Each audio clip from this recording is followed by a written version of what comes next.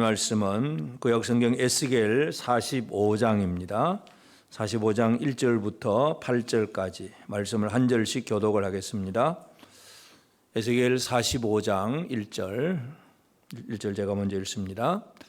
너희는 제비 뽑아 땅을 나누어 기업으로 삼을 때에 한 구역을 거룩한 땅으로 삼아 여호와께 예물로 드릴지니 그 길이는 25,000척이요 너비는 10,000척이라. 그 구역 안 전부가 거룩하리라.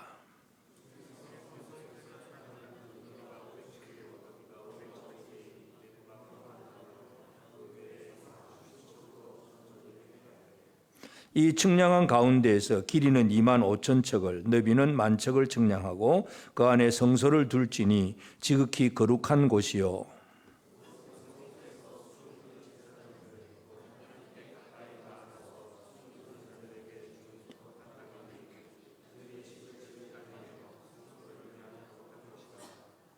또 길이는 25,000척을 너비는 10,000척을 측량하여 성전에서 수종되는 레위 사람에게 돌려 그들의 거주지를 삼아 마을 스물을 세우게 하고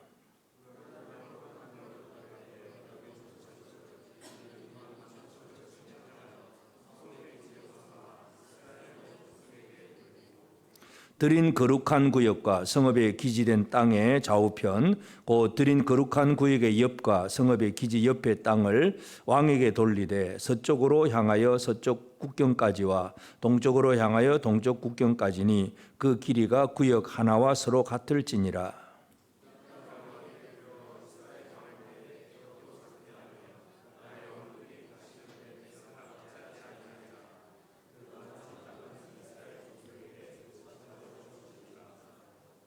아멘.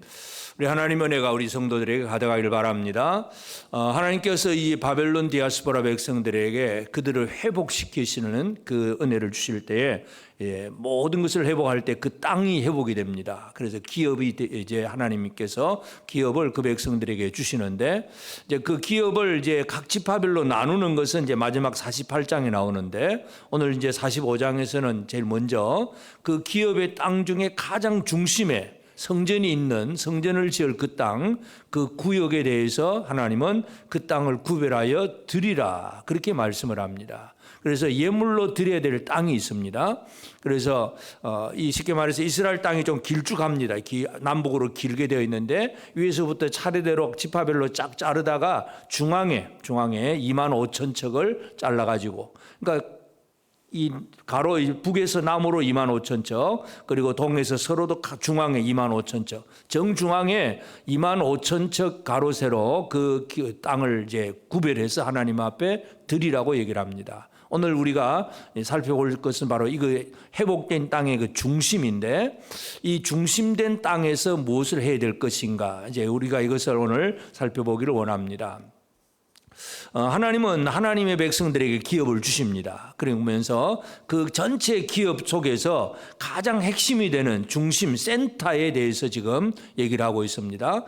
요즘은 우리나라 뭐 이렇게 옛날에는 동사무소 그랬는데 요즘은 센터라고 행정복지센터 중심이란 얘기죠. 중심. 거기에서 모든 일이 막 행정적인 사무가 다 이루어진다는 얘기잖아요.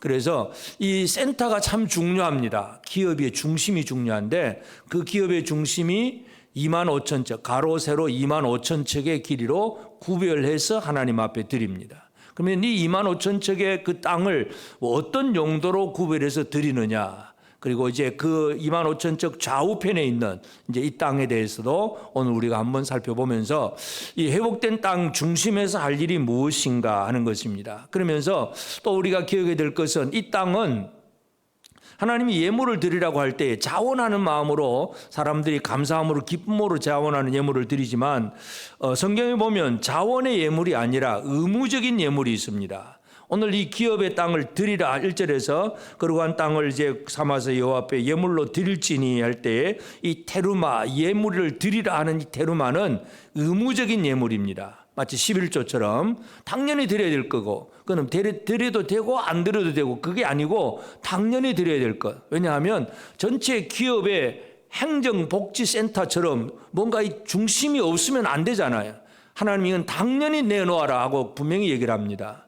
전체가 하나님의 것인데 하나님의 백성들이 하나님의 것을 받으면서 그 땅을 구별하여 드리라. 이제 이렇게 표현을 하고 있습니다. 그래서 왜 이것을 그렇게 구별하여 드리라고 했을까? 이제 오늘 우리가 그 의미를 한번 살펴보면서 이 중심이 흔들리면 전체 주변 모든 땅들이 다 복을 받지를 못합니다. 중심이 든든히 서 있으면 주변의 모든 땅들이 복을 받는 그런 땅이 됩니다. 그렇기 때문에 우리 한 개인도 마찬가지잖아요. 내 마음 중심이 흔들리면 내 삶이 막 엉망이 됩니다. 그러나 아무리 어렵고 힘든 상황이 되었다고 해도 내 중심이 든든하게 바로 서 있으면 우리의 삶은 쉽게 무너지지 않습니다. 오늘 우리는 이 기업의 땅 중심을 얘기를 하지만 여러분의 삶의 중심도 꼭 살펴보시기를 바랍니다. 여러분의 중심은 늘 흔들리는 갈대이십니까? 든든히 서 있는, 다 굳게 서 있는 반석 같은 중심이 되셨습니까? 중심이 든든하십니까? 우리 성도들의 삶이 중심이 든든해야 돼. 이게 든든하지 않으면 오늘은 이 말 들으면 이런 것 같고 저 말 들으면 저 말을 저런 것 같고 왔다 갔다 하게 되고 막 갈팡질팡하게 되고 인생이 참 피곤해집니다. 하나님의 말씀 안에 중심이 든든히 서 있어야 되는데 그러면 이제 하나님께서 이제 구별해서 드리라고 하는 이 기업의 땅 중심, 회복된 땅 중심에서 무엇을 해야 되느냐, 그 땅을 왜 구별하여 드리냐 하는 그 의미를 우리가 살펴보면 그곳에서 우리가 해야 될 일을 발견할 수가 있습니다. 그래서 이 거룩한 땅을 구별해서 하나님 앞에 드리라고 했는데 25,000척 가로 세로 25,000척입니다. 그런데 이 25,000척 중에서 제일 위에 만척을 먼저 구별합니다. 만척을 잘라서 이것은 레위 사람들의 레위 사람들이 살 수 있는 땅입니다. 그 다음에 만척, 이게 중심이죠. 그 다음에 만척은 제사장들이 집을 짓고 사는 땅이 되고 그곳에 성전을 건축하게 됩니다. 그 다음에 밑에 이제 5,000척, 25,000척이니까 5,000척이 남아 있는데 이 5,000척은 성읍에서 일하는 자들이 가질. 그래서 이것은 백성들 전체의 공동 소유입니다. 왜냐하면 성읍에서 일을 하든 어디서 살든 간에 전부 다 이스라엘 지파들은 각 지파별로 기업을 분배받기 때문에 이 5,000척의 땅은 전체 공동 소유로 그렇게 이제 하나님께서 말씀합니다. 오늘 본문이. 그래서 이제 이걸 우리가 먼저 머리에 그리면서 그래서 이 가로 세로 25,000척인데 위에 만척 잘라서 이건 레위 사람, 그다음에 중간에 만척은 제사장, 그다음에 밑에 5,000척은 백성들 전체 공동의 소유. 우리 공동 소유라면 우리 예를 들어서 우리 지금도 마찬가지잖아요. 옆에 가면 부평 공원이 있습니다. 공원은 누구 소유입니까? 공동 소유예요. 그 공원은 어느 개인의 소유가 아니고 누구나 들어갔다가 나갔다 할 수 있는 공동 소유. 그러니까 이 땅을 구별할 때 하나님께서 제사장의 땅이 있고 그리고 레위인의 땅이 있고 공동으로 소유하는 땅이 있게 하셨다는 거, 이걸 우리가 잘 구분을 할 필요가 있습니다. 그러면 왜 하나님께서는 이 땅을 구별해 주셨느냐 하는 거, 첫 번째 우리가 생각해야 될 것은 이렇게 구별해 주시는 것은 이제 이 2절을 보면 그 중에서 성소에 속할 땅은 길이가 500척이요 너비가 500척이니 이제 그 제사장이 받을 땅 중에 한가운데 500척 우리가 이미 성전의 환상에서 보았듯이 가로 세로 500척이잖아요 성전이. 그 500척의 땅은 그 제사장이 받는 땅 속에 포함되어 있습니다. 그래서 네모가 반듯하고 그 외에 사방 신척으로 전원이 되게 하고 그렇게 해놓고 그러니까 성전이 지어질 땅입니다. 그 다음에 이제 3절 또 이 청량한 가운데 길이는 25,000척 너비는 만척을 청량하고 그 안에 성소를 둘지니 즉 거룩한 곳이고, 그 다음 4절 그곳은 성소에서 수종드는 제사장들 곧 하나님께 가까이 나아가서 수종드는 자들에게 주는 거룩한 땅이니 그들이 집을 지을 땅이며 성소를 위한 거룩한 곳이라. 제사장도 사람인가 집이 필요하잖아요. 그리고 목사가 사택이 필요하잖아요. 그러니까 집이 필요하잖아요. 제사장들이 집을 지을 땅이 바로 그 중심에 있습니다. 그래서 그 중심 25,000척 만척인데 이 가운데는 성전을 지을 땅이고 그 주변에 있는 모든 땅들은 제사장들이 집을 짓는 거룩한 곳이 될 것이다. 그 얘기를 했습니다. 그 다음에 5절에 보면 또 길이는 5만 5천 척을 너비는 만 척을 측량하여 성전의 수종드는 레위 사람에게 돌려 그들의 거주지를 삼아 마을 스물을 세우게 하고, 그래서 이제 또 이 2만 5천 척 그리고 또 만 척, 이건 그 제일 위의 척 북쪽입니다. 북쪽은 레위 사람들이 그들의 거주지를 삼아서 마을을 세울 땅이다, 그렇게 얘기를 합니다. 다시 말해서 이제 이 기업의 중심에 하나님은 누가 살게 하셨느냐 하는 걸 알 수가 있는데, 바로 제사장과 레위 사람들이 성전에 가장 가까운 곳에서 살게 하셨다는 것을 우리가 기억할 필요가 있습니다. 바로 얘기는 뭐냐 하면, 이 기업, 하나님이 주실 회복하실 그 기업에서 제일 중심이 필요한 게 뭐냐? 하나님을 섬기는 일, 하나님 앞에 예배하는 일, 이것이 가장 중요한 일이기 때문에 그 일을 감당할 사람들이 살 수 있는 그 지역을 구분해 주셨다는 것, 이걸 우리가 알 수가 있습니다. 그래서 하나님이 주신 이 회복의 땅에서 하나님이 뭘 원하시느냐? 첫 번째 하나님이 원하시는 것은 하나님께 예배하고 하나님께 섬기는 삶을 하나님은 원하셨습니다. 오늘 우리가 신앙생활이 잘못되면 제 핵심을 잃어버리게 되는데, 신앙생활이 잘못되는 사람은 특징이 뭐냐 하면 예배가 무너집니다. 또 섬김의 사역이 무너집니다. 예수를 안 믿는 게 아니에요. 예를 들어서 우리 교회도 마찬가지잖아요. 이 신앙생활이 좀 연약한 사람들 어떻게 됩니까? 예배가 많이 무너져 있어요. 어쩌다가 한 번 교회 나오고, 예배 시간 1년에 뭐 몇 번 나오고, 또 주일 오전 한 번으로 끝나버린 사람도 있기도 하고, 뭔가 자기 나름대로 예배의 기준이가 나는 요 정도만 하면 돼. 그래가지고 예배가 많이 무너져 있는 사람이 있는가 하면 진짜 온전히 하나님 앞에 모든 공적인 예배에 다 열심히 참여하는 사람이 있잖아요. 그래서 하나님께서 원하시는 일은 첫 번째가 바로 예배와 그리고 섬김입니다. 제사장들의 사역, 섬김. 그러니까 2024년을 보내고 25년을 준비하면서 제일 많이 듣는 얘기들, 흔히 듣는 얘기가 뭐예요? 내년에는 좀 빼주세요. 섬기는 사이에 자꾸 물러가려고 해요. 물론 건강이 진짜 그렇게 따라주지 않아서 진짜 뭔가 잘 안 돼서 못 하시는 그런 부분도 있을 거예요. 마음은 원이로되 육신이 약하도다 해서 안 되는 분도 있긴 하겠지만, 그렇지 않으면서도 사역에서 물러가려고 한다는 거, 이것은 뭔가 이 하나님 앞에서 자꾸 그 기업의 중심에서 하나님이 원하시는 일들을 하지 않으려고 하는 거예요. 그렇기 때문에 회복에 있어서 온전한 회복은 뭐냐 하면, 다른 게 다 무너져도 하나님을 향한 예배와 섬김이 제대로 있으면 그 사람은 회복된 사람입니다. 우리가 다윗의 시편을 보면 다윗이 시편 63편 1절 2절에 이렇게 노래합니다. 하나님이여, 주는 나의 하나님이시라. 내가 간절히 주를 찾되 물이 없어 마르고 황폐한 땅에서 내 영혼이 주를 갈망하며 내 육체가 주를 앙모하나이다. 내가 주의 권능과 영광을 보기 위하여 이와 같이 성소에서 주를 바라보았나이다. 저는 몇 번 말씀드렸지만 다윗은 지금 사울을 피해서 광야로 도망을 다니고 있는 광야에서, 황폐하고 마른 땅에서, 그것을 뭐라 그럽니까? 성소에서 주를 바라보았나이다. 그게 성소라고 얘기하고 있어요. 환난 받는 메마르고 아주 황폐한 광야를 다윗은 성소라고 표현하면서 내가 성소에서 주를 바라보았나이다. 다윗은 예배가 무너지지 않는 사람이었습니다. 오늘 우리의 삶에 있어서 예배가 무너지지 않는 삶, 이건 하나님이 가장 원하시는 첫 번째의 삶입니다. 오늘 사랑하는 우리 모든 성도들의 삶이 절대로 무너지지 않아야 될 것, 예배가 무너지지 않기를 바랍니다. 하나님을 향한 예배, 이 예배가 무너지면 다른 거 아무리 많이 있어도 소용없어요. 뭐 아무리 건강하고 돈이 많고 그래 봐야 하나님을 향한 예배가 무너지면, 그래서 성경에 보면 제단을 쌓지 못하는 사람들, 아무리 다른 게 많이 있어도 하나님 앞에 은혜를 받지 못하잖아요. 예배가 무너지면 안 됩니다. 그래서 기업의 땅 중심에 제사장들과 레위 사람들을 그곳에 두셨다는 사실, 이것을 우리가 기억을 해야 됩니다. 그래서 하나님께서 가장 원하시는 것이 첫째가 바로 예배와 섬김입니다.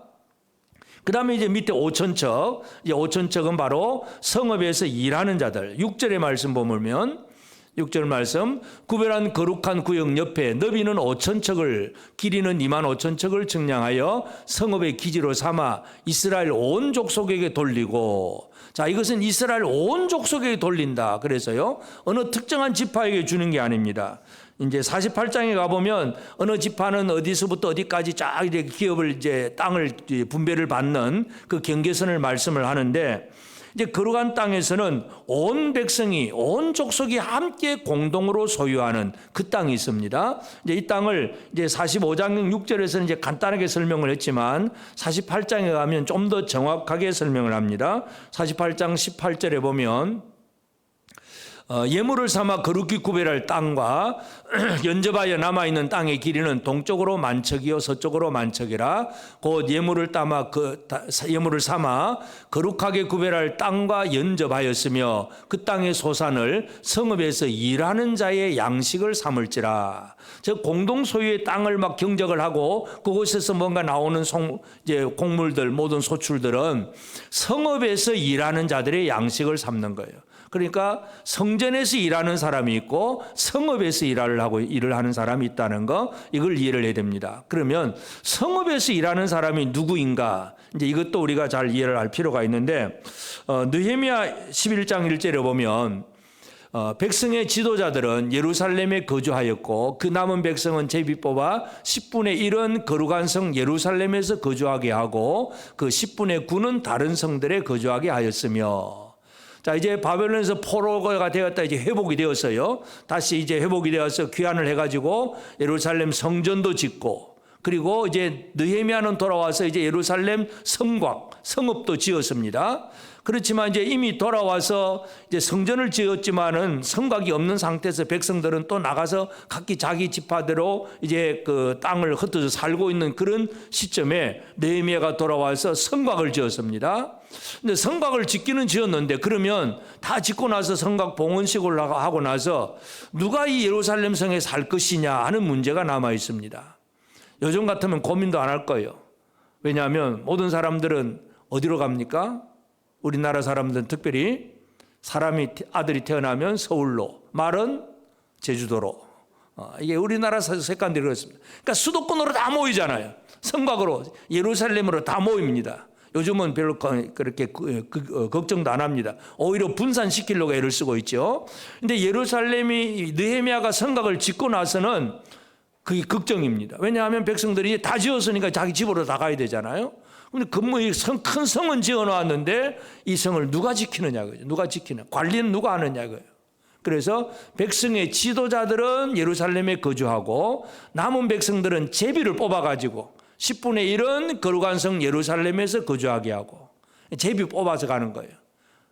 그래서 10분의 2는 그곳에 가고 10분의 9는 각자 자기 성읍대로 돌아가고. 그러니까 성읍에 거주하는 사람들, 결국 성읍에서 거주하는 사람들의 의미는, 그 목적은 뭐겠습니까? 성을 지킨다는 얘기입니다. 지킨다. 하나님께서 회복하신 기업은 첫 번째는 예배와 섬김이지만 두 번째는 뭐냐 하면 지키는 일이 필요하다는 얘기죠. 그렇기 때문에 성읍을 지키는 자들에게 하나님께서는 필요한 것들을 공급해 주시는 거예요. 하나님이 에덴 동산을 만드시고 아담에게 제일 먼저 하게 하신 것이 뭐냐 하면 경작하여 지키게 하셨으며, 경작하고 지키라는 얘기예요. 여러분, 우리가 한번 잘 살펴봅시다. 에덴 동산에 아담이 처음 사람이에요. 하나님 하와도 만들어 주셔서요 부부가 살고 있습니다. 도둑놈은 누가 있습니까? 누구를 지켜야 됩니까? 사람은 없어요. 그런데 틈타는 자가 있잖아요. 마귀가 뱀이 돼가지고 뱀의 모습으로 틈을 타잖아요. 못 지켰어요. 그래서 이게 문제가 사단한 거예요. 인간의 범죄가 지키지 못함으로 문제가 태어난 거예요.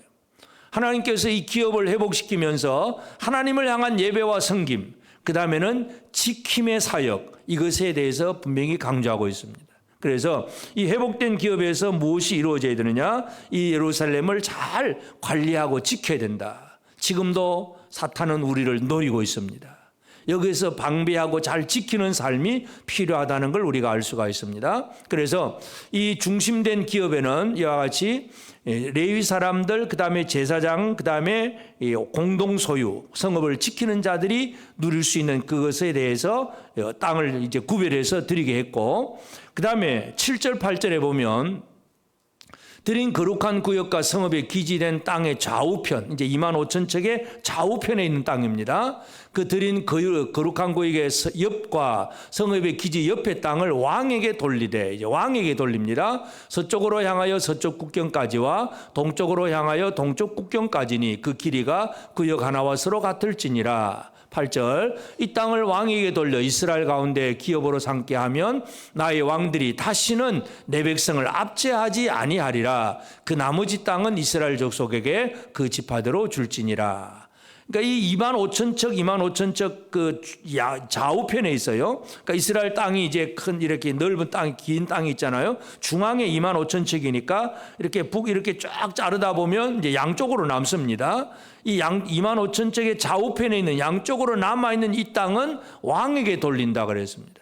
왕의 땅입니다. 그러면 왜 왕에게 땅을 주느냐? 왕에게 땅을 주는 목적이 뭐냐면 다시는 내 백성을 압제하지 아니하리라. 하나님께서 그 기업에서 뭘 원하시고 계십니까? 왕들이 폭행을 하고 그냥 폭압을 하고 폭정을 하는 그런 모습이 아니라 백성에 대해서 사랑과 정의와 공평으로 그렇게 나라를 잘 다스릴 것을 하나님께서 원하시고 계십니다.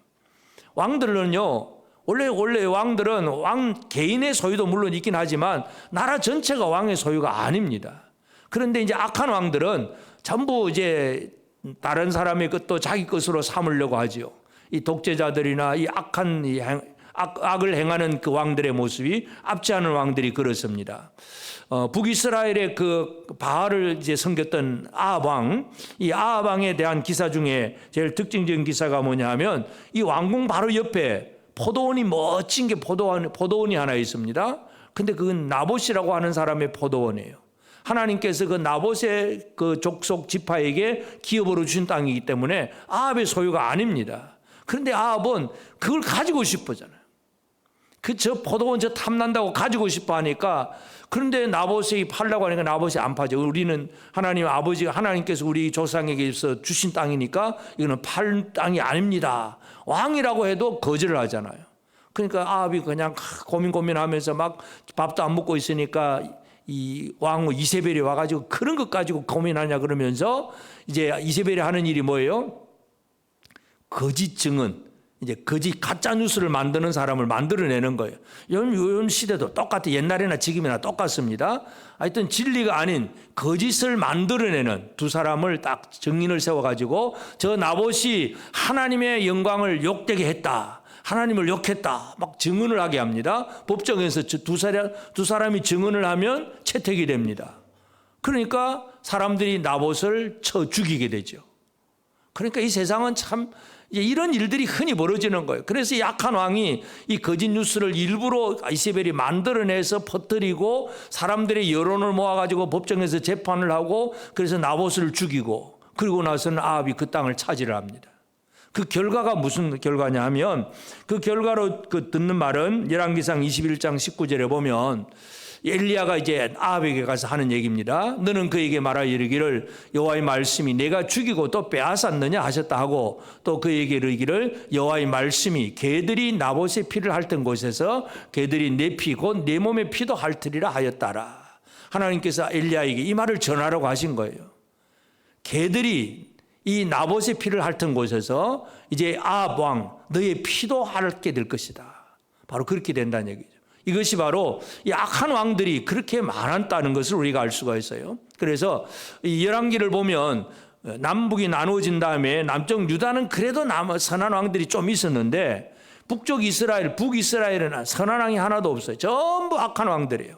하나님을 떠나버리는, 우상 숭배하는, 그리고 백성을 학대하고 압제하는 그런 왕들이 너무나 많았어요. 그래서 그런 왕들이 압제를 많이 했기 때문에 회복된 기업에서는 다시는 왕들이 내 백성을 압제하지 말아라 그러면서 왕들이 가질 수 있는 넉넉한 땅을 하나님이 주신다는 것, 이것을 우리 7절 8절에서 이해할 수가 있습니다. 세상의 왕들은요, 권세만 조금 가지면 자기가 최고인 것처럼 생각을 합니다. 시편 2편 2절 3절에 보면 세상의 군왕들이 나서며 관원들이 서로 꾀하며 여호와와 그의 기름 부은 자를 대적하며 우리가 그 맨 것을 끊고 그의 결박을 벗어버리지 않은도다. 세상의 군왕들이 하나님의 기름 부으신 자 메시아 예수 그리스도를 대적을 합니다. 그리고 그 맨 것을 끊어버리고 우리가 자유다, 우리 마음대로 하자. 이 세상의 왕들이 그런 거예요. 자기 하고 싶은 대로 하려고 합니다. 이게 바로 세상의 왕들이고, 그로 인해서 하나님 앞에 자기도 망하고 백성들을 압제하다가 자기도 망하게 되는데, 그런 일들이 벌어지지 않기를 하나님께서 원하셨다는 걸 알 수가 있습니다. 그래서 이 회복된 기업에서 하나님께서 뭘 원하셨느냐, 바로 제사장들과 레위 사람들의 구역을 정해주고, 그 다음에 성읍에서 일하는 자들이 먹을 양식이 나오는 공동소유의 땅도 말씀을 하고, 그리고 좌우편에 왕들의 기업을 얘기하면서 바로 그 땅 백성들이 하나님 앞에서 이 왕의 압제를 받지 않도록 하나님을 향한 예배와 섬김, 그리고 그 나라를 잘 지키는 일들, 이런 일들이 이루어지기를 원하신 것, 이것이 바로 회복된 기업의 땅의 중심에서 일어나야 할 일입니다. 이것은 바로 오늘 이 시대 우리에게도 필요한 일입니다. 오늘 우리에게 하나님이 뭘 원하시는가를 잘 이해를 해야 되고, 그리고 이 예배와 섬김이라든지 모든 것들은 결국은 예수 그리스도 안에서 완성이 됩니다. 예수님께서 이 땅에 오셔서 하신 일도 다 이 일들을 이루기 위해서 오신 겁니다. 히브리서 9장 14절에 보면 하물며 영원하신 성령으로 말미암아 흠없는 자기를 하나님께 드린 그리스도의 피가 어찌 너희 양심을 죽은 행실에서 깨끗하게 하고 살아계신 하나님을 섬기게 하지 못하겠느냐. 예수님께서 자신을 피를 드림으로 우리가 어떤 사람이 되느냐, 하나님을 섬기는 자가 되게 하신 거예요. 예수 때문에 우리는 어떤 사람이 됩니까? 하나님을 섬기는 자가 되는 거예요. 여러분은 예수 때문에 나는 구원받았어요, 천국 가요, 이런 건 누구나 쉽게 얘기를 합니다. 근데 진짜 알아야 될 건 뭐냐 하면 예수로 말미암아 우리는 살아계신 하나님을 섬기는 자가 되었습니다. 옆 사람에게 한번 얘기합시다. 예수 때문에 당신은 하나님을 섬기는 자가 되었습니다. 되었는데 안 섬기면 어떻게 될까요? 그때부터는 이제는 악하고 게으른 종아, 이제 이 얘기를 듣게 됩니다. 우리는 예수 그리스도로 말미암아 하나님을, 살아계신 하나님을 섬기는 자, 하나님 앞에 나아가서 하나님을 가까이 하고 하나님을 섬길 수 있는 그런 사람이 되는 것. 그 제사장의 구역, 레위인의 구역에서 우리가 지금 신분으로는 유대인도 아니고 이스라엘 사람도 아닙니다.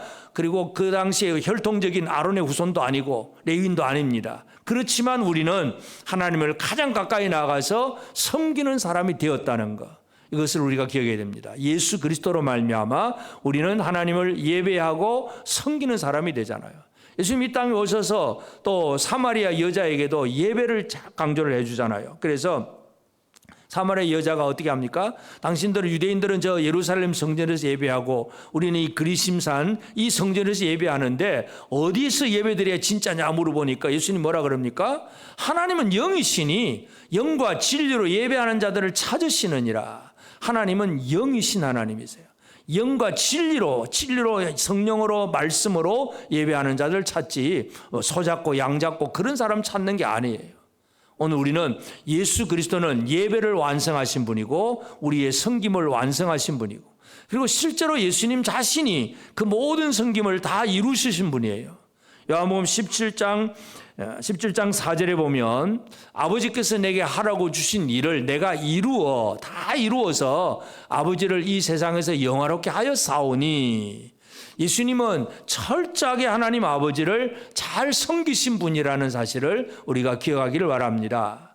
우리 모두가, 우리도 예수님처럼 우리에게 주신 일을 이루어서 하나님 아버지를 세상에서 영화롭게 할 수 있는 우리 모두가 되어지기를 바랍니다. 우리가 주를 잘 섬기면, 하나님의 일들을 제대로 하면 우리는 세상에 하나님의 영광을 드러내는 사람이 되는 거예요. 이걸 하나님 아버지가 가장 원하는 일입니다. 우리가 내 영광 받으려고 애를 쓰는 것이 아니라 진짜 하나님을 섬김으로 하나님이 영화롭게 되는 이 일들을 이루어가는 것, 이것이 바로 오늘 우리가 살아가는 삶의 목적이에요. 그래서 하나님께서 회복된 백성들에게 예배와 섬김을 원하는데 그 예배와 섬김은 예수 그리스도 안에서 완성이 됩니다. 또 예수께서 하신 일이 뭡니까? 지킴의 사역, 잘 지키는 일도 예수님은 다 이루셨습니다. 하나님의 나라를 이제 사탄은 계속해서 공격을 합니다. 아까 말씀드렸듯이 이 에덴 동산은 이 아담이 경작하고 지켜야 됩니다. 그런데 뱀이 와가지고 하와에게 접근을 해서 네 이걸 먹으면 죽는다고 하더냐, 뭐 진짜 죽느냐, 진짜냐 물어보는 그 말로 결국은 하와가 넘어가잖아요. 쏘가 넘어갑니다. 사람은 못 지켜요. 사람은 못 지킵니다. 그래서 예수님이 지켜주지 않으면 우리도 지키는 일을 제대로 해나갈 수가 없습니다. 그래서 어떤 말씀을 주시느냐 하면 요한복음 5장 18절에 보면 하나님께로부터 난 자는 다 범죄하지 아니하는 줄 우리가 아노라. 하나님께로부터 나신 자가 그를 지키심에, 하나님께로부터 나신 자가 예수 그리스도입니다. 우리는 하나님께로부터 난 자예요. 하나님께로부터 난 이제 태어난 자가 되고 양자가 되었고, 태어나신 그분이 예수가 우리를 지키심에 악한 자가 그를 만지지도 못하느니라. 예수님이 여러분을 지켜줍니다. 악한 자가 여러분을 만지지도 못합니다. 아멘입니까? 이 얼마나 놀라운데. 우리 부모님들은 자식들을 지키려고 얼마나 애를 써요. 특별히 어린 아이들은 이제 스스로 뭔가 활동할 수 없을 때는 그저 처음부터 안아주고 업어주고 막 유모차 태워주고 막 계속 보호해줘야 되잖아요. 그다음 이제 조금 크고 나면 이제 네가 알아서 가라. 뭐. 그렇지만 부모의 마음은 늘 그렇습니다. 부모는 어떻게 하든지 자녀를 지켜주려고 애를 쓰잖아요. 그래서 옛날에 어떤 분이 그런 말을 합니다. 80 넘은 그 할아버지가 자기 아들 이제 60된 아들이 이제 집을 나가니까 얘야 길 조심해 그럽니다. 60 넘어도요 아버지는 그 아들 여전히 어린 아들로 보는 거예요. 길 조심해라, 길 조심해라. 여러분 안 그러세요? 네, 맞죠? 지켜주려고 애를 씁니다. 그런데 부모는 못 지켜요. 지키려고 애를 쓰긴 하지만 완벽하지 않습니다.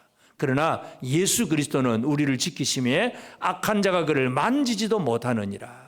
그래서 예수는 우리를 어떤 사람으로 만들어내시느냐 하면 우리 안에 있는 더러운 귀신을 쫓아내고 우리 안에 하나님의 나라가 임하게 하신 분이에요. 마태복음 12장 28절에 보면 그러나 내가 하나님의 성령을 힘입어 귀신을 쫓아내는 것이면 하나님의 나라가 이미 너에게 임하였느니라. 하나님의 나라가 임한 우리를 예수님이 지켜주시는 거예요. 하나님의 나라가 임한 우리에게 마귀는 계속 공격을 해옵니다. 그런데 예수님은 지켜주십니다. 그 예수님의 지켜주심은 결코 실패하지 않습니다. 우리가 왜 구원을 받을 수 있고 왜 평안을 누릴 수가 있느냐? 내가 잘해서가 아니에요. 예수 그리스도께서 지켜주셨기 때문에 지금까지 우리가 이 시간 존재하고 있는 거예요. 믿으십니까? 여러분의 힘으로 살아온 게 아니고 주님이 지켜주심으로 지금까지 내가 살고 있다는 사실을 꼭 기억하기를 바랍니다. 그리고 또 예수는 어떤 분입니까? 왕으로서 사랑과 정의로서 통치하시는 분이에요. 이사야 선지자가 메시아에 대해서 예언할 때에 이사야 32장 1절 2절에 보면 보라 장차 한 왕이 공의로 통치할 것이요 방백들이 정의로 다스릴 것이며 또 그 사람은 광풍을 피하는 곳 폭우를 가리는 곳 같을 것이며 마른 땅의 냇물 같을 것이며 곤비한 땅의 큰 바위 그늘 같으리니. 메시아에 대한 이사야 선지자의 예언, 이 예언은 이제 장차 이르를 그 왕, 사랑과 정의로 다스리는 그 왕은 광풍을 피하는 곳. 여러분 지금 눈이 많이 오고 또는 막 태풍이 몰려오고 그러면 어디로 가야 됩니까? 지진이 일어나고 어디로 가야 됩니까? 대피소로 가야 돼요. 대피소. 물론 우리나라에는 아직까지 별로 개념이 별로 없지만 그래도 적어도 자기 집으로 도망가서 피하고 그냥 안전한 곳으로 가려고 애를 쓰잖아요. 근데 안전한 곳이 세상에 안전한 곳은 없습니다. 광풍을 피하는 곳. 예수 그리스도는 광풍을 피하는 곳, 폭우를 가리는 곳 같을 것이고 마른 땅의 냇물 같을 것. 마른 땅의 냇물 같아서 계속해서 생명의 물을 우리에게 공급하고 곤비한 땅의 큰 바위 그늘 같다. 바위 그늘에만 들어가면 시원합니다. 시원해. 여러분, 이 바위 그늘을 우리 한국 땅에서는 잘 못 누리는데요. 저 팔레스틴 지역 가보면 거기는 아주 건조한 땅입니다. 습도가 별로 없어요. 그래서 태양이 너무너무 뜨거워서 태양에는 나가서 설 수가 없어요. 그래서 중동 사람 전부 머리에 다 터번을 하고 살잖아요. 이거 안 하면은 뜨거워서 못 삽니다. 그런데 그늘만 들어가면 얼마나 시원한지 몰라요. 바람도 안 부는데 습도가 없으니까 그늘에만 들어가면 너무너무 시원해요. 한 발짝 딱 그늘만 벗어나면 뜨거워서 어쩔 수가 몰라요. 이거는 중동에 한번 갔다 와면 느낄 수가 있습니다. 우리나라 땅에는 그게 잘 안 됩니다. 우리는 습도가 많아가지고. 큰 바위 그늘 같으리니 예수 그리스도 안에 가면 시원합니다. 곤비함이 없습니다. 여러분은 이 세상을 곤비하게 살고 계십니까? 시원하게 살고 계십니까? 시원하십니까? 두려움과 염려 없이 사십니까? 날마다 스트레스 받으면서 큰일 났다, 못 살겠다, 죽겠다, 어쩌할꼬 그러면서 살고 계십니까? 예수 그리스도는 왕이신데 어떤 왕이냐? 사랑과 정의로 다스리시는 왕이십니다. 그 안에 진정한 쉴 곳이 있고 그 안에 평강이 있습니다. 쉴만한 바위, 큰 바위 그늘 같으리니 이렇게 분명히 말씀을 합니다. 그래서 이 왕을 잘 만나야 됩니다. 세상의 왕들, 아까 아합 얘기도 했지만 유다 왕 르호보암도 마찬가지죠.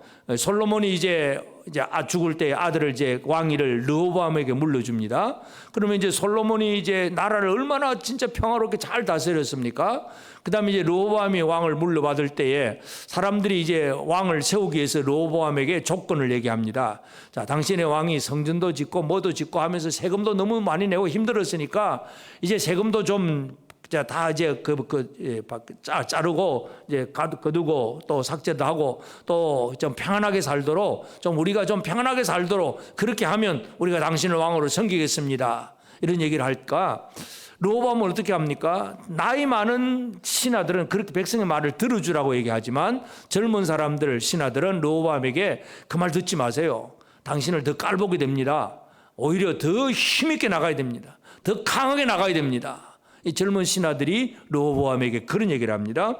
그래서 르호보암이 백성들에게 무슨 얘기를 하냐면 열왕기상 12장 14절에 보면 어린 사람들의 자문을 따라 그들에게 말하 이르되 내 아버지는 너희의 멍에를 무겁게 하였으나 나는 너희의 멍에를 더욱 무겁게 할지라.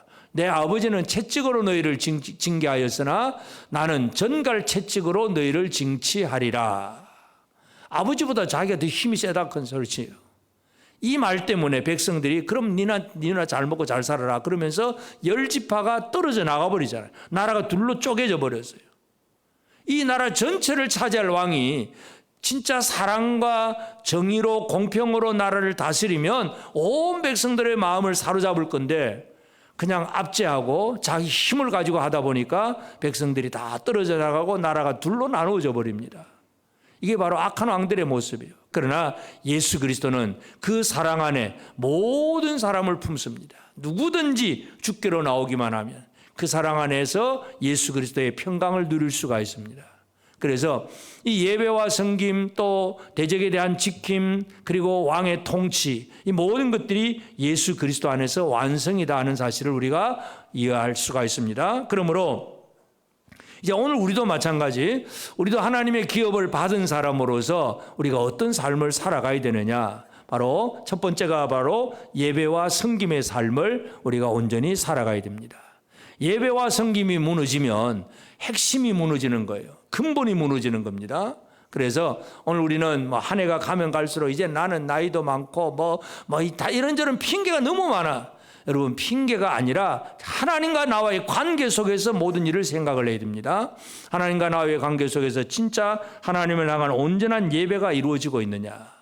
하나님이 가장 핵심 중심에다가 제사장들과 레위 사람들이 살게 하셨다는 것은 그 땅 전체가 예배하는 땅, 섬김의 땅이 되기를 원하셨다는 것을 알 수가 있습니다. 그래서 구원받은 사람들의 삶의 가장 중요한 일이 바로 예배입니다.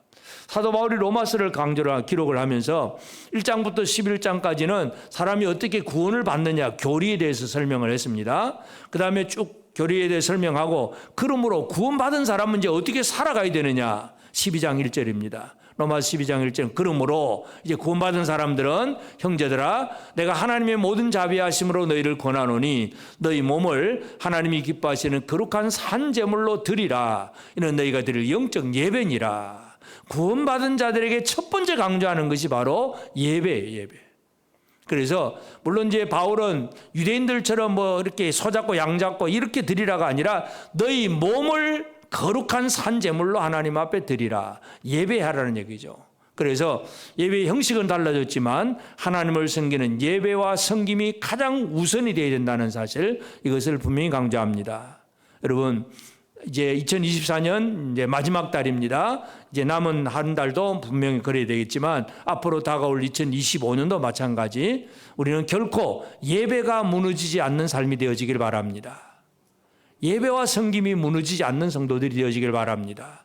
옆 사람에게 한번 여러분의 각오를 한번 말씀합시다. 다시는 예배와 섬김이 무너지지 않는 삶을 살겠습니다.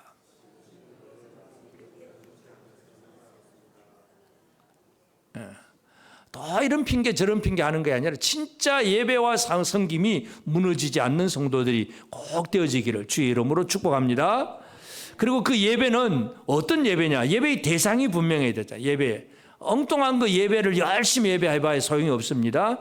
예배의 대상은 오직 하나님밖에 없습니다. 마태복음 6장 24절에 한 사람이 두 주인을 섬기지 못할 것이니 혹 이를 미워하고 저를 사랑하거나 혹 이를 중히 여기고 저를 경히 여김이라. 너희가 하나님과 재물을 겸하여 섬기지 못하느니라. 예배가 무너진 사람들의 특징 중에 하나가 뭐냐 하면 결국은 섬기는데 누구를 섬기느냐? 하나님만 섬기는 게 아니라 하나님도 섬기고 내 몸도 섬기고 하나님도 섬기고 재물도 섬기고 하나님도 섬기고 자녀를 더 귀히 여기고 땅에 있는 것들을 더 좋아하고, 그러다 보니까 하나님을 향한 예배가 등한해지는 거예요. 예배의 대상이 분명하게 되기를 바랍니다. 우리 예배를 받으실 일은 오직 하나님밖에 없습니다. 어느 인간은 예배의 대상이 아닙니다. 죽은 조상을 향해 뭐 추도 예배 드린다. 추도 예배라는 자체가 말이 안 됐습니다. 예배는 오직 하나님께만. 사람은 기억은 하지만, 우리 죽은 조상을 기억을 하지만 그를 향해서 예배할 수는 없습니다. 예배는 오직 하나님께만 있습니다. 하나님만 예배하는 그러한 삶을 살아내는 것, 이것이 우리가 가져야 될 첫 번째 중요한 일. 두 번째는 뭐예요? 잘 지키는 일. 하나님이 우리에게 주신 기업을 지키는 삶을 제대로 살아가야 됩니다. 예루살렘 성읍에서 일하는 자들, 그들은 지키는 일입니다. 베드로전서 5장 8절에 보면 근신하라 깨어라 너희가 대적마귀가 우는 사자같이 두루 다니며 삼킬 자를 찾나니. 두루 다닙니다. 마귀는요 두루 다녀요. 마귀는 게으르지 않습니다. 마귀는 결코 자기 일을 소홀히 하지 않습니다. 열심히 합니다. 처음부터 에덴 동산에 하나님이 아담과 하와 만들어 놓은 그때부터도 벌써 어떻게 하면 저 사람을 하나님을 대적하는 자, 찬양하지 못하는 자, 예배를 못하는 자로 만들어낼까 싶어가지고 그냥 나와서 깨이잖아요. 마귀는 지금도 두루 다니고 있습니다. 우리의 신앙을 무너뜨리려고 지금도 공격합니다. 우리의 영, 우리의 마음, 우리의 생각 속에. 그래서 마귀가 가룟 유다의 생각 속에 들어가잖아요. 예수를 팔려는 생각을 넣었더니 그 생각을 받아들이면 예수를 팔아먹는 사람이 되는 거예요. 지키는다는 얘기 뭐예요? 마귀가 주는 생각은 이건 아니야 하고 놓으라고 거부를 할 수 있는, 이것이 바로 지키는 생활입니다. 우리의 영이 하나님의 말씀으로 무장이 되어서, 하나님의 전신갑주로 무장이 되어서 마귀가 가져오는 모든 생각들을 다 거부할 수 있어야 됩니다. 우리가 조금만 잘 되면 마귀는 우리를 슬슬 부추기면서 교만하게 만듭니다. 교만하게 된다는 건 마귀한테 졌다는 얘기입니다. 힘들고 어려운 일을 줘가지고 그냥 낙심하게 하고 두려워하게 만든다는 것, 그것도 이 마귀에게 지는 거예요. 우리가 잘 돼도 교만하지 아니하고 힘들어도 낙심하지 아니하고 흔들리지 아니하는 그런 삶을 살아가는 것. 이제 거꾸로 오히려 우리는 마귀를 적극적으로 대적하는 삶을 살아내야 됩니다. 야고보서 4장 7절에 보면 그런즉 너희는 하나님께 복종할지어다 마귀를 대적하라 그리하면 너희를 피하리라. 그냥 수세적으로 방어만 할 게 아니라 아예 마귀를 대적하면, 그러면 마귀가 알아서 피해가는 정도가 돼야 됩니다. 마귀가 쉽게 건드릴 사람입니까? 피해갈 사람입니까? 여러분은 어떻습니까? 마귀가 나를 보고 피해갈 것 같습니까? 틈을 타고 어떻게 하니 나를 넘어뜨리려고 막 그렇게 할 것 같습니까? 진짜 우리가 말씀에 무장해서 진짜 마귀를 늘 대적하는 생활을 살게 되면 마귀는 피해갈 수밖에 없습니다. 잘 지켜야 됩니다. 하나님 주신 기업, 우리의 삶, 하나님 주신 모든 복된 것들을 못 지키면 큰일 나는 거예요. 그리고 마지막으로 이제 우리는 이 땅에서 하나님이 왕권을 가지고 살게 하셨어요. 이 왕권을 잘 쓸 줄 알아야 됩니다. 왕이라도요, 잘못 쓰면 어떻게 됩니까? 다윗도 마찬가지잖아요. 다윗이 자기 왕인데도 자기 신하의 아내를 빼앗아 가지고 그냥 관계를 맺고 그 신하는 전쟁터 나가 죽게 만들고 이 우리아의 아내를 빼앗는 일, 이 얼마나 악한 일이에요. 그러니까 왕이면 왕답게 살아야 되는데 왕의 권세를 가지고 잘못 쓰는 사람도 있고 권세가 있는데도 일을 못하는 사람, 무능한 왕도 되기도 하고 여러 가지 많은 문제가 있을 수 있습니다. 우리는 왕입니다. 왕으로서 할 일이 뭐냐? 데살로니가전서 5장 14절에 보면 또 형제들아 너희를 권면하노니 게으른 자들을 권계하며 권면하고 경계하며 게을러하는 사람들을 자꾸 권면도 해주고 경계도 해주고 그러면 안 돼 그래 이렇게 해야 돼. 권계하며 그 다음에 마음이 약한 자들을 어떻게 합니까? 격려하며 힘을 내라고 격려하며 힘이 없는 자들은 붙들어주고 생각도 붙들어주고 몸도 붙들어줘야 됩니다. 모든 사람에게 오래 참으라. 이게 내 속에서 참는 일이 없으면요 이 일을 할 수가 없습니다. 왕은요 잘 참아야 돼요. 잘 참는 거 탐심이 생깁니다. 근데 경계선이 분명합니다. 이건 내 거, 저 이웃의 것은 저 나봇의 포도원. 이게 경계선이 분명하면 그 탐심에 대해서 참아야 야합처럼 범죄하지 않을 수가 있습니다. 남의 것에 대해서 탐내고 다른 것에 대해서 눈이 더 가고 더 가지고 싶고 이렇게 되면 이 세워주는 일을 제대로 해나갈 수가 없습니다. 우리는 왕입니다.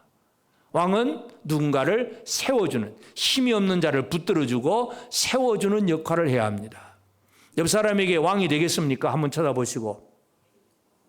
왕이 되겠습니까? 왕은 큰 소리 치는 사람이 아니라 뭐 하는 사람? 압제하지 아니하고 붙들어 세워주는, 권계하고, 잘못된 길로 가면 권계하고, 약하면 격려하고, 힘이 없으면 붙들어 세우고, 세워주는 역할. 이 일이 진정한 왕입니다. 왕으로서의 삶을 제대로 살아가는 우리가 되어지길 바랍니다. 하나님께서 회복하실 이 기업의 땅에 중심된 땅에서 이루어질 이 세 가지 일, 예배와 섬김, 지킴, 그리고 압제가 없는 사랑의 통치, 이 일들을 제대로 이루어나가는 복된 우리 모든 성도들 꼭 되어지기를 주의 이름으로 축복합니다.